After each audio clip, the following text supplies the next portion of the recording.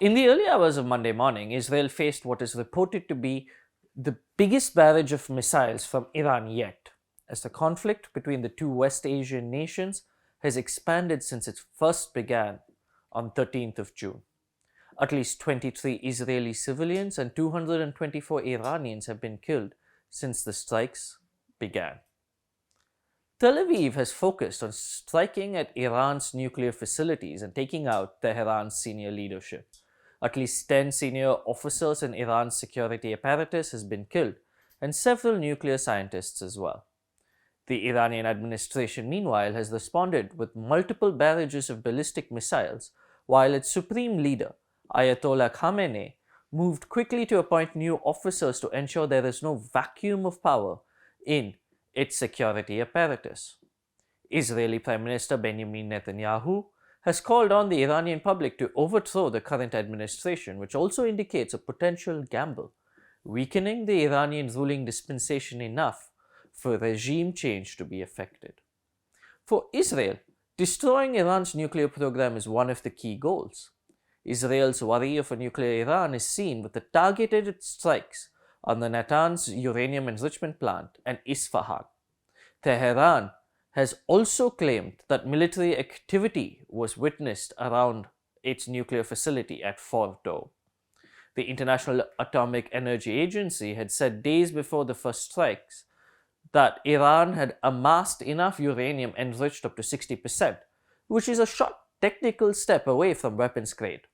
If the Israeli strikes had any effect on Iran's capabilities of enriching uranium, and to what extent, would be better understood only later. However, earlier today, Iran's foreign ministry said that the country is mulling exiting the Non-Proliferation Treaty, or the NPT, which could have a number of diplomatic repercussions. Tehran has been a member of the Global Nuclear Compact since 1970, which guarantees the right to pursue a civilian nuclear program in return for foregoing any atomic weapons ambitions, along with necessary cooperation with the IAEA. However, the NPT allows for countries to exit the treaty, which North Korea invoked as it exited the international agreement in 2003 and continued its build-up for enriched uranium for a nuclear bomb. The NPT allows the IAEA and therefore the current international order certain transparency over Iran's nuclear program. If Iran exits the NPT, then there is little chance of that remaining. However, Tehran continues to reiterate that it has no intention of building a bomb due to a religious fatwa issued by Supreme Leader Ayatollah Khamenei in 2003. It should be noted that some of the other nations not a member of the NPT include Israel, India, and Pakistan. Two of those three nations are declared nuclear weapons powers, while Israel is reportedly set to have nuclear weapons as well. However, Tel Aviv has never declared the same. Meanwhile, as Iran and Israel trade attacks, the question remains, what is the off-ramp to prevent further escalation? So far, Tehran has shown no keenness to back down or to go for any deal, with continued missile launches, while the Houthis in Yemen have also been firing projectiles at Israel.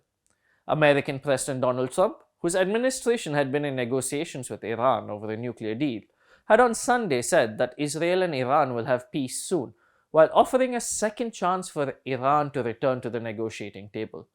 Negotiations, which were to be held on Sunday in Oman between the US and Iran, were called off post-Israel strikes last week. The leaders of the G7 are set to meet in Canada later Monday, with the conflict expected to be a serious part of its discussions.